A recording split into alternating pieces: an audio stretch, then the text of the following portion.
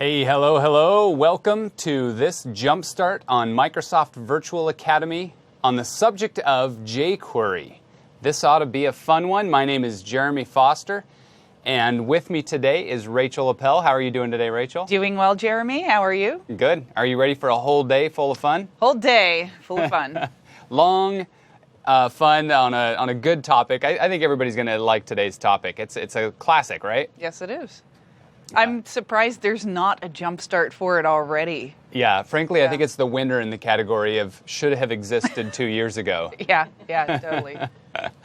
Great. Okay, well, we're going to go ahead and give you an overview of the content that we're going to be doing today. We've got 7 modules for you. We're going to start by introducing these modules and then introducing jQuery itself, and then we're going to walk you through a lot of the fine points of this library. Yes. And there are some real fine points to it. A lot of times, you'll find courses on just one of these subjects of jQuery, and we're going to try to cover them all today. Yeah. We'll see how we do. Lofty goals. Well, Rachel, why don't you go ahead and introduce yourself, tell folks what you do and where you come from. Sure. So I'm Rachel Appel, and I focus on web technologies like ASP.NET, HTML5, and all of that kind of good stuff. I blog at rachelappel.com, so you can actually see articles about jQuery, ASP.NET, HTML there.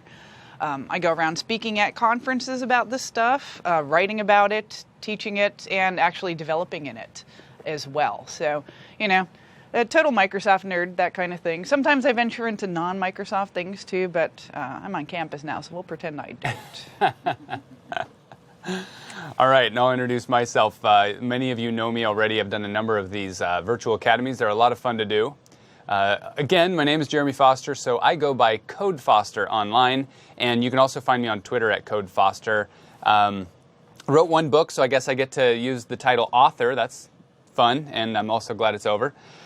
Presenter and coder. I've got a podcast called Code Chat and an app called Code Show that we've discussed a few times here on MVAs. So, yeah. Well, with that out of the way, I think we should go ahead and dig into some content. But let's talk about you guys, the audience. Who are we expecting that you are in order to join us for this course on jQuery? And I just have to say, we're really going to have the expectations set low here. jQuery is more of an entry-level topic. It's not something where you're going to need to have a ton of experience to wrap your head around these concepts. It's not a big leap. It's really not. This is going to be pretty reasonable as far as understanding this. You probably do have to have some web stack experience. So what kind of experience would you guess that people need to have in order to understand the beginnings of jQuery? Right. At a minimum, you need a little bit of HTML. Right. That's kind of, you can't go anywhere without that. Once you have HTML, then you're going to need at least a little bit of CSS just to know what it is. And as you start to work with jQuery more, CSS will more become your friend as well. So we want that. A little bit of JavaScript, but the good thing about jQuery is that you don't need to be a hardcore JavaScripter. Yeah. Right? In fact, and it's not recommended, but I think a lot of people end up using jQuery because they don't like writing JavaScript. I would agree.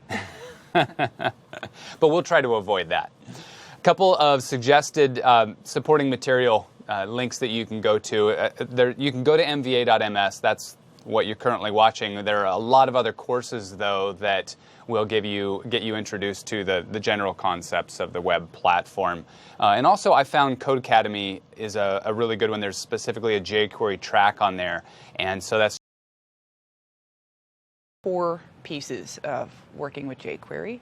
Then on to manipulating the DOM, an extension of the core parts. And then more advanced topics, events, effects, Ajax, and libraries. So we move from the core parts off into doing things like making sure it's cross-browser, making sure the events work and across browser and all that good stuff. And then Ajax, because everybody loves Ajax. Everybody loves Everybody Ajax. loves Ajax. Yeah, and if any of these words don't register for you yet, that's They fine. will. We'll explain them when we get there. Okay, so let's start off with a jQuery 101. This is the very beginnings of jQuery. So first of all, what is it? What is it? Good question. What is jQuery? I don't know, but I did stay at a Holiday Inn Express last night. So maybe you'll be able to tell us. Love that joke.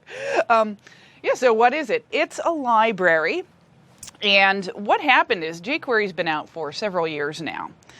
And we had a lot of web developers, particularly on the Microsoft stack, that really didn't get into hardcore JavaScript. Plus, JavaScript has traditionally had some issues, not so much JavaScript, but the DOM of the browsers that didn't always play well with JavaScript, and we kind of needed a solution for that. So John Resig came up with jQuery, mostly for cross-browser manipulation and events and DOM selection. And then, of course, later on, effects and Ajax and all the other good stuff got added in as well.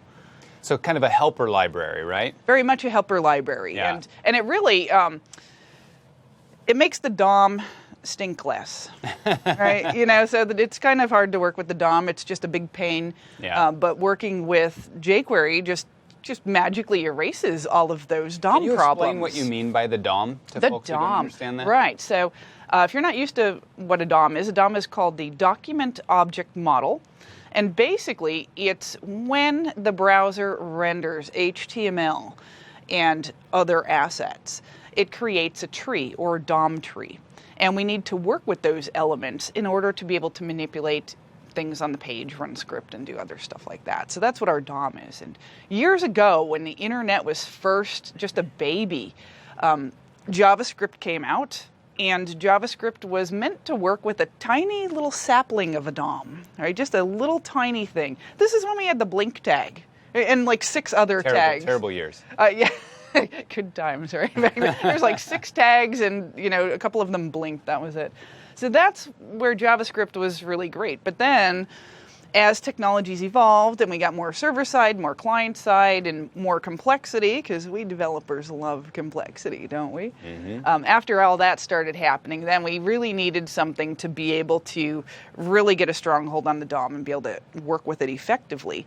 And not just the DOM in one browser, which i.e. was the real force of the browsers at that time, but other browsers coming up as well. So all this stuff you'd have to do like 3 times. But now with jQuery, it lets you select the DOM elements or do whatever, and you don't have to worry about cross-browser support. So as the DOM grew from a sapling to the Amazonian jungle, is what it is now, that's where we needed jQuery to keep up with that explosive DOM. I do, and I think most people that have been developing on web platforms for some significant period of time remember writing JavaScript and really hating it, because trying to find the element that you're talking about is oftentimes hard, and it's oftentimes pretty opaque. You're not sure when you have found it and if you've found the right one, and so you end up with a lot of alerting to figure out where you're at, and just a lot of pains, and then a lot of silent failures with JavaScript. Before we had JavaScript 5, before we had the ability to get a little bit of kind of strong typed help almost, that would help us to figure out when there was an error that was actually occurring, and that's why nothing else on my page is running. So, yeah, there's some very real pains that I know many of you have had that jQuery came along to fix, and I think that is what really contributed to its meteoric rise in popularity. It came across the scene, and within just a few short years, boom, exploded because people really saw the value in it. Yeah, it's all everybody was talking about for a while. Let's talk about when is a good time to use jQuery, okay? So we've already discussed what is jQuery. You know the answer to that one. And now we're going to talk about, well, actually, you know what? I need to back up a little bit. We may have missed some of these points on what is jQuery. There are some really important things here. One of the things that's important is that it's small. Yes. jQuery has always had a priority on being small so that whenever you're creating a site, you don't have any inhibitions about including it to be your kind of utility library of choice, because it's only going to add, in some cases, and probably in the most recent version of jQuery, it's only going to add 32K to the download for people. Yeah, don't get me started about big, bad JavaScript libraries that are taking up all kinds of memory and bandwidth and everything, Yeah. especially with mobile devices, because I was told this is a G show and I'm not allowed to swear. So we won't get her started. Don't get me started on that. Yeah, it's important that it's small. It also is helpful that jQuery is so popular, because this means that if you're serving it by way of any sort of a CDN, then a person's browser looks and sees, oh, hey, jQuery at this CDN, at this popular CDN, I've already got that. It doesn't even have to download it. Right. So it can be really performant that way. The fact that jQuery is open, the fact that it takes contributions from a lot of different people, that's a pretty significant part of the library. Yeah, awesome. Open source is great because then we get things like jQuery. So it came out, was open sourced immediately, and you may have noticed the trend with Microsoft open sourcing many products as well. Yeah. But this way everybody can contribute. I know most people don't, but if you find yourself in a situation where you're using jQuery or any open source library for that fact, and you find a bug or something that's not quite right, hit up the team. Ask them, send them an email, ask to fork it. Yeah. They'll go ahead and they'll let you right in to help out with that. So Yeah, that's a really good idea to be a part of the developer community doing that. It is feature-rich and it is fast. It offers traversal and manipulation, where that may not make any sense to you yet, but we're really going to expand on that here pretty soon. We're going to talk all about the event handling characteristics of it. It can add animations into your page, so you can have things move a little bit instead of just flashing from one state to another. Some of you, if you're just starting, don't know what Ajax is, but it offers some really tremendous opportunities for us to dramatically improve the user experience on our pages, because we don't have to keep going back to the server all the time. jQuery is very compatible, which is really nice. They work a lot on that, and it's also cross-browser. It's one of the key characteristics of jQuery is that when you decide to use jQuery for the reasons that you're using jQuery, or for the parts of your website or web app that you're using jQuery, you still have to test in multiple browsers, but you don't have to worry about it working in multiple browsers, because that's all been abstracted away by the jQuery library for you. Yes, I like that. It's kind of like going through a drive-through. How American is that, right?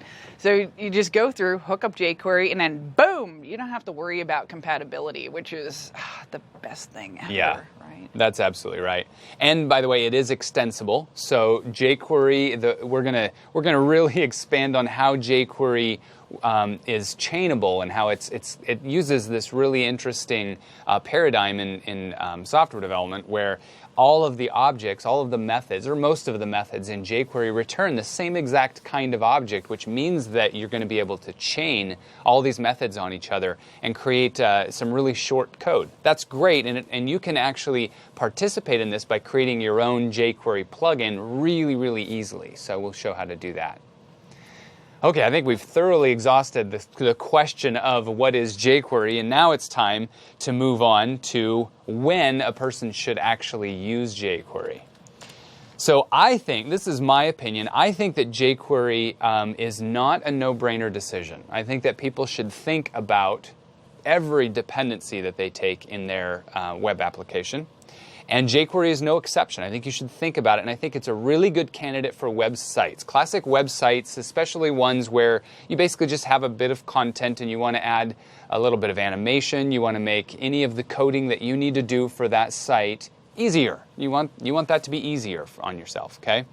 And then if you're talking about web apps, and there's really not technically a line between websites and web apps, but web apps contain a lot of functionality normally. They oftentimes will implement a SPA, or single page architecture paradigm, where the user lands on one page and stays on that page. And it changes and it looks to them like they're navigating, but really for us as the developers, we get this ease of remaining on one page. That's one of the big characteristics of web apps. And if you're creating small to medium-sized web apps, then jQuery might be a really good option for you, because a small to medium-sized web app is really not a big stretch beyond just core JavaScript. And so jQuery is going to add a little bit of juice for you and make a lot of things a whole lot easier. So that's a really good scenario for it. And then I also had the idea that if you're working on brownfield web applications, and if you don't know the term brownfield, this is in contrast to greenfield applications. Greenfield is when you're working on something brand new, you don't have any existing code that was written 10 years ago. That's a greenfield application. A brownfield application, you do have existing code. You can't completely overhaul the architecture and implement some sort of an underlying framework library. And here, jQuery is excellent because you're going to have to go back and use the paradigms that are already established in that architecture, but jQuery is just going to sit right in there and make all of those things easier. What do you think about that? Do you have any scenarios that you want to add? Yeah, I tend to agree. Also, if you have, intranet corporate type apps, usually they don't need to be flashy or fancy like public-facing apps, but have a bit of DOM manipulation, so that's great for that. Brownfield apps fall into that category as well. But yeah, not everything is a good fit for jQuery, right? Such as some of the SPA apps. You can use it with the SPA app, but you might also want to use something like Angular or another more advanced framework to do those kind of things. And then at that point, jQuery just might get in the way, where you might want to do data binding and other things instead.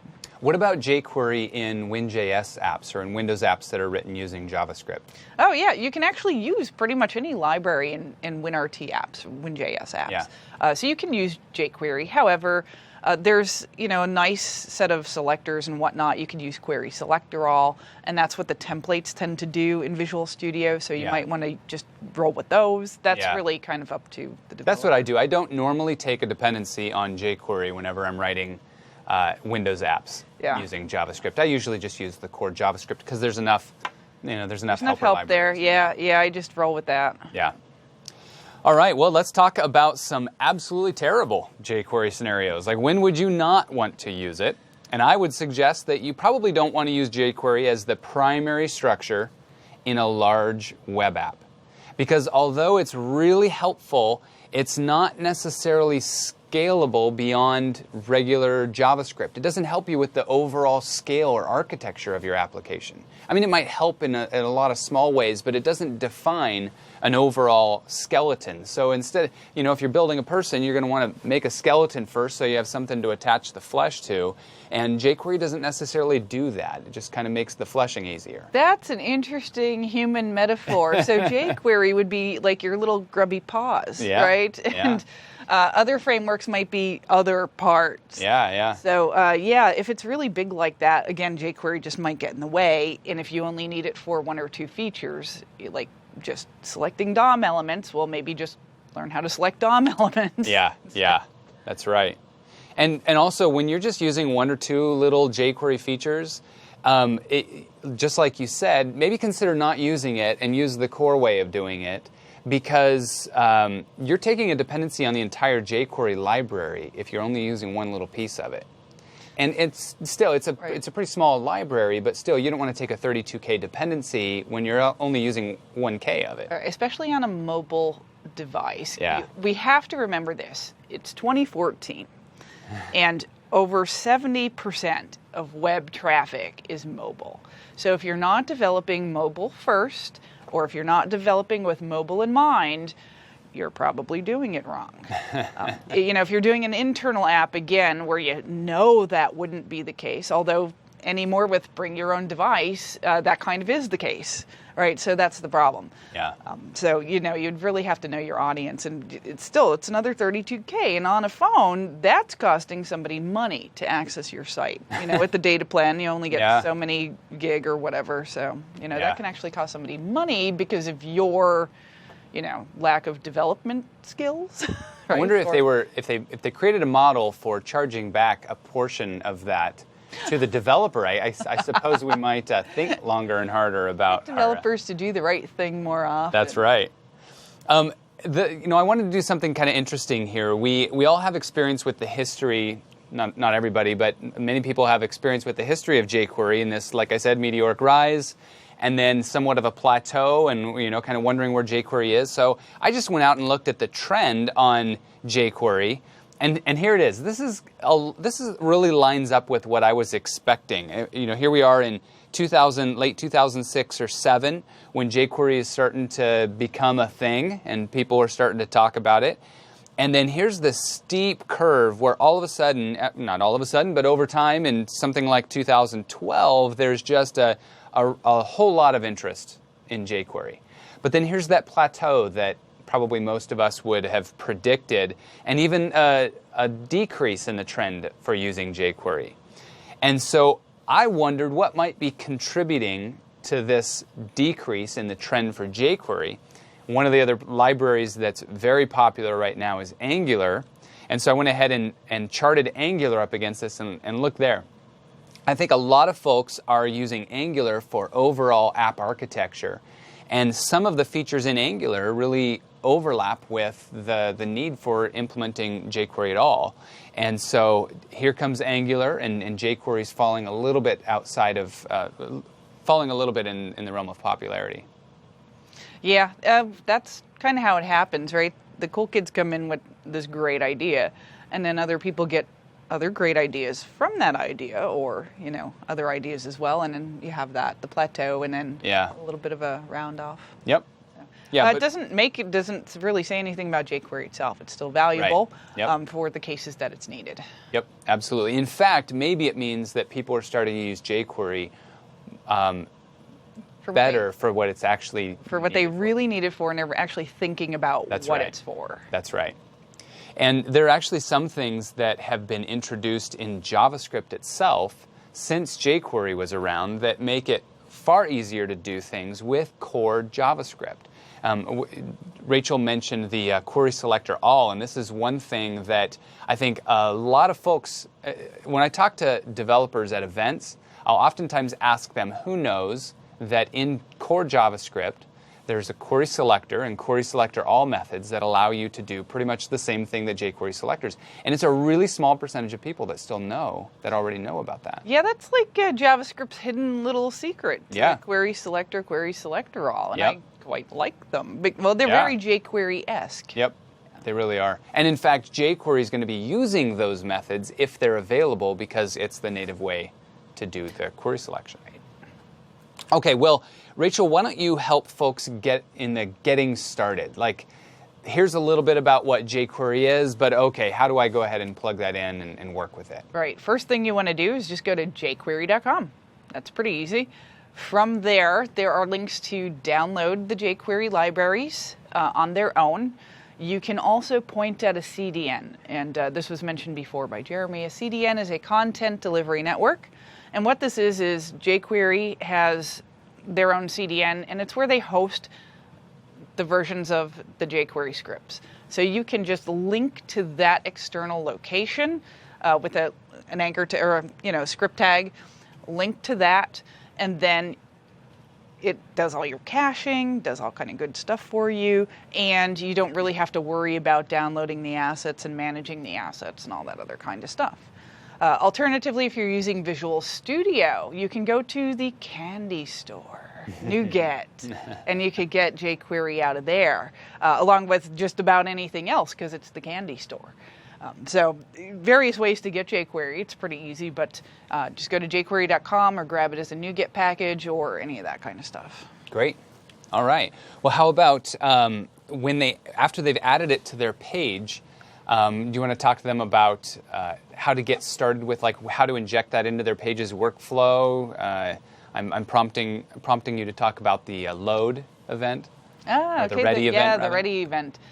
So right after we decide we're going to use jQuery and we obtain it by downloading it or NuGetting it or whatever, then we could go ahead and add that script tag and just link to the jQuery scripts, just like any other script. After we do that, what we want to do is we want to work with the DOM once it is available to be worked with. And that's what's called in jQuery the ready function. And this ready function is what we're going to wrap all the rest of the script for the page in, for each page.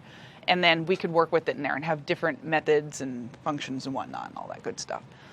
The ready function, there should be samples right at the jQuery website, and we might have it on a slide somewhere. On the jQuery possibly. website? No. Do we have a sample of the ready function on the slide somewhere? I don't have that. Okay. So it's an easy... I don't have that ready. Yeah. Oh, the pun. I just don't have it loaded. Right. So that's what happens. So when the DOM is loaded and you can actually go and start working with the elements, that's when the ready function allows your script to run. So it's just a wrapper function that everything else goes in your page. All right. Are you prepared to show some getting started demos so that people can walk through, or do you want me to do that? You could do that, because I think they're on your box. All right. I'll tell you what, something I'm going to be using throughout, so you'll have to get used to this, is called CodePen. And I love CodePen. It works really well. It's at codepen.io. And the first thing I hear whenever I go to CodePen is, why aren't you using JS Fiddle or any of the other popular online... I was just going to ask, why don't you go to JS Fiddle? Yeah, it's just tool of choice, right? Okay. Yeah. Actually, they about do the same thing. Yeah, they pretty much do the same thing. This one makes me feel a little bit more like a design geek. I didn't design it, but... Okay, so you can actually find me on CodePen. So all of the stuff that I do in front of you today and have ever done in the past is available at codepen.io/codefoster. And if you want to follow me, then whenever I write a pen, it'll, give you a little notification in CodePen. Hopefully you don't want to receive an email whenever anybody writes a pen that you're following. But whenever I make a new pen, you'll be notified that there are new pens that you may want to take a look at. So this is from an old one, but just as an example, here's one where we were talking about the flex box, and so I created a couple sliders that allow you to add an arbitrary number of boxes and then change the size of those boxes. So it's really nice because this is an interactive HTML, CSS, and JS snippet, if you will. It's a little tiny app, and all of the code is written over to the side here, and you get to look at all of that code. So that's what CodePen is for. It's for writing and sharing any arbitrary code that you want. And each of these little apps is called a pen. And so I can go to my profile here and write myself a new pen. And if I'm not interested in the CSS, if I'm just maybe writing some HTML and JavaScript, I can close that, and I can go down to the bottom right here and choose CSS again, and I can get that back. So up here in my HTML, I'm going to write a div, and I'm going to close that div, and I'm going to say hello inside the div.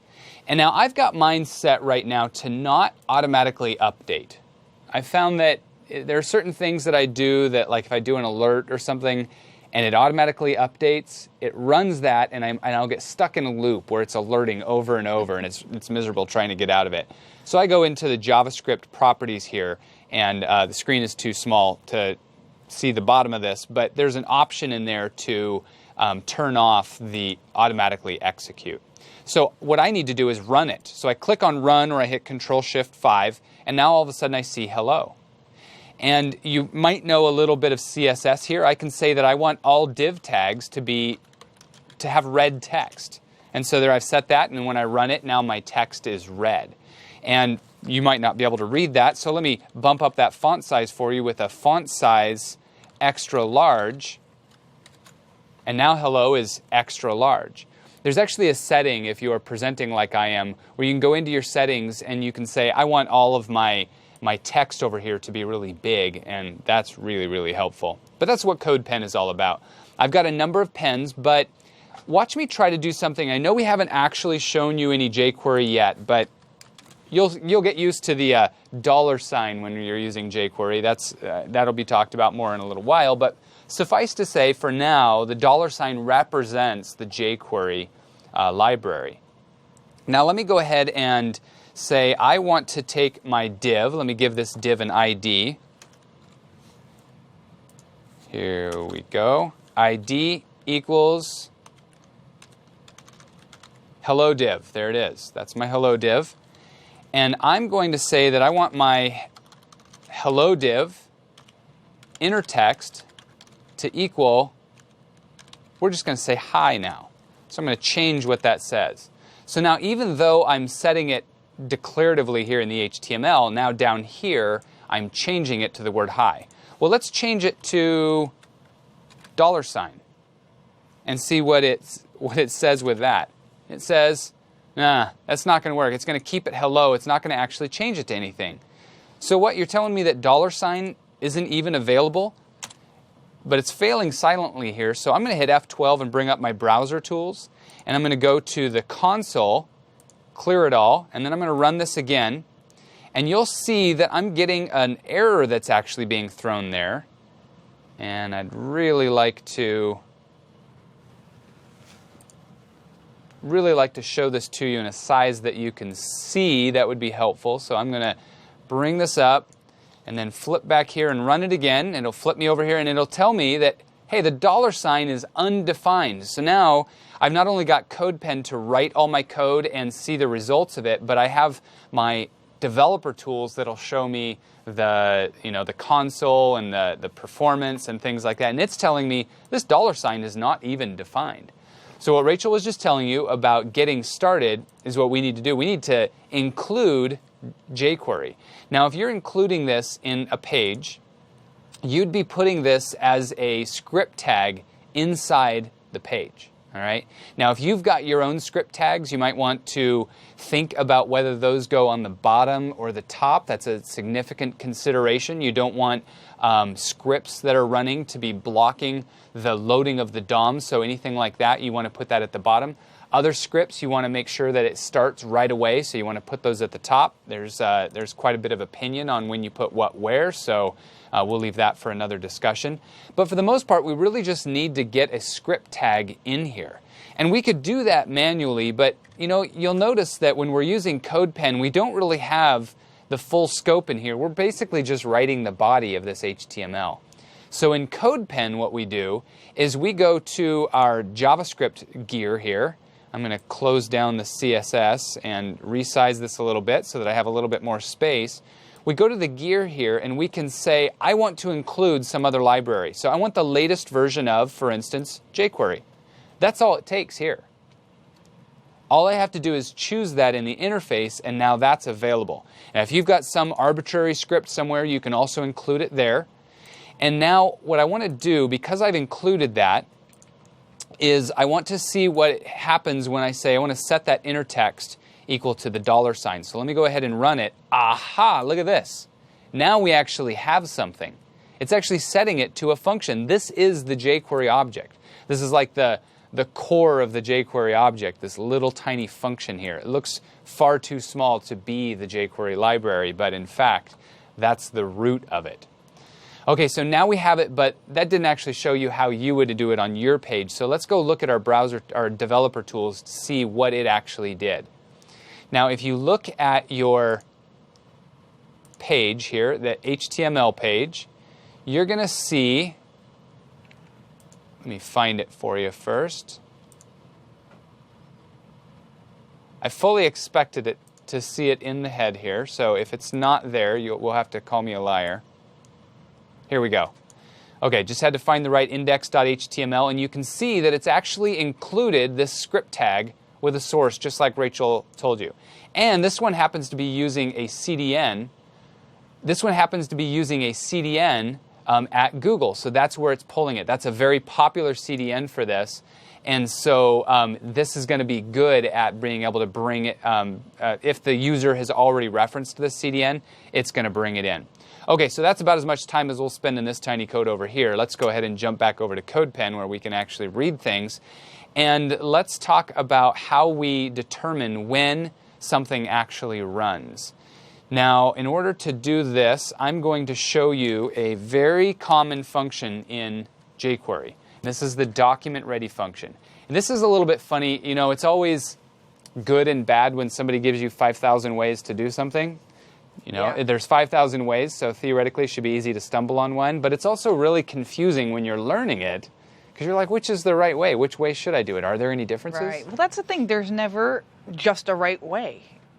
How often does that happen?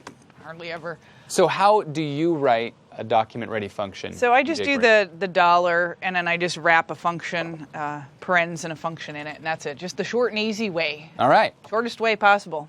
She jumped right to the shortest one. Yep, this is the shortest way to write a document-ready function in jQuery. It's such a common thing to do that they said, hey, if you just call the jQuery library and you pass us a function, we're going to assume that what you mean by that is this is the document ready function. Yep.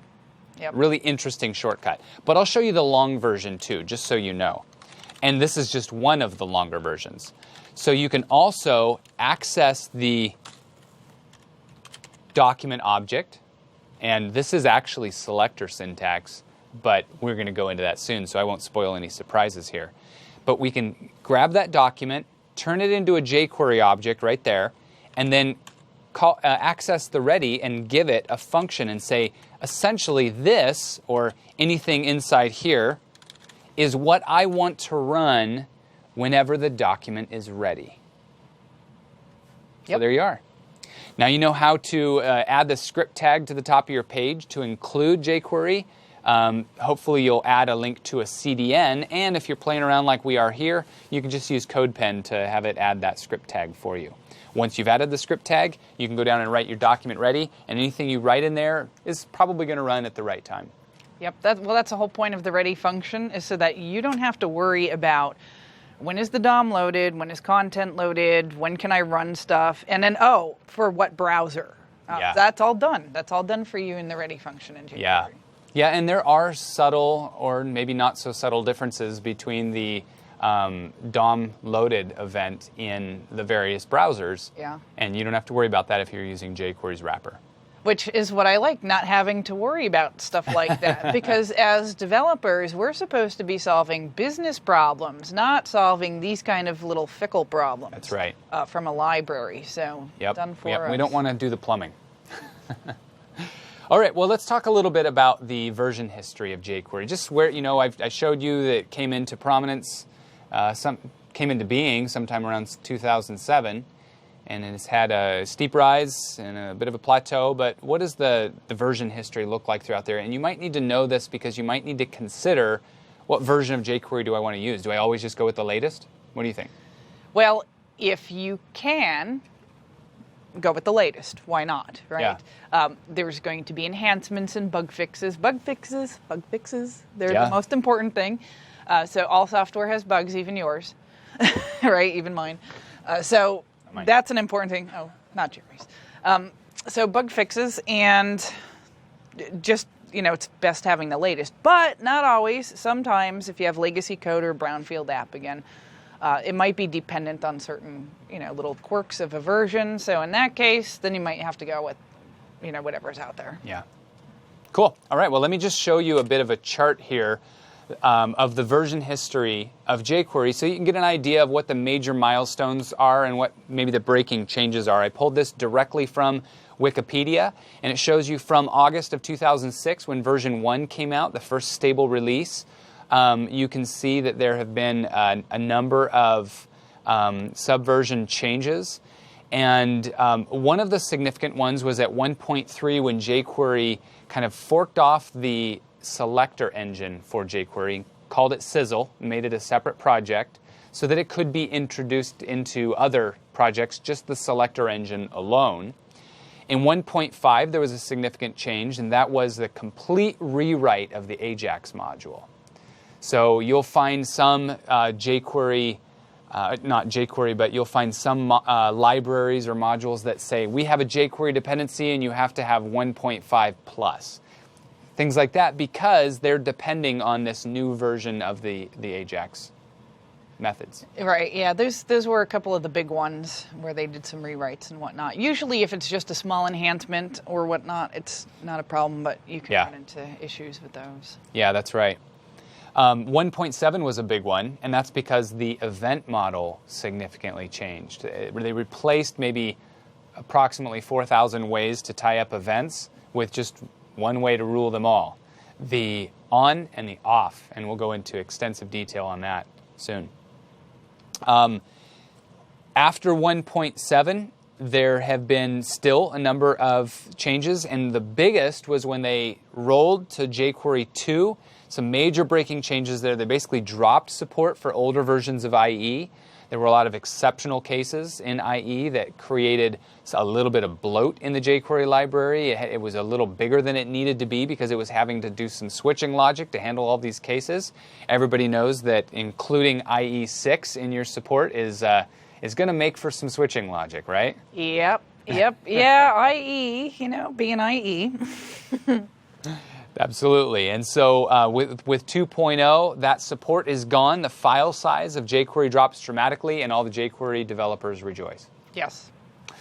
All right, so that's a version history. Here's what we've covered so far. This relatively robust introductory module. That is, what is jQuery? When do I use it? When not to use it?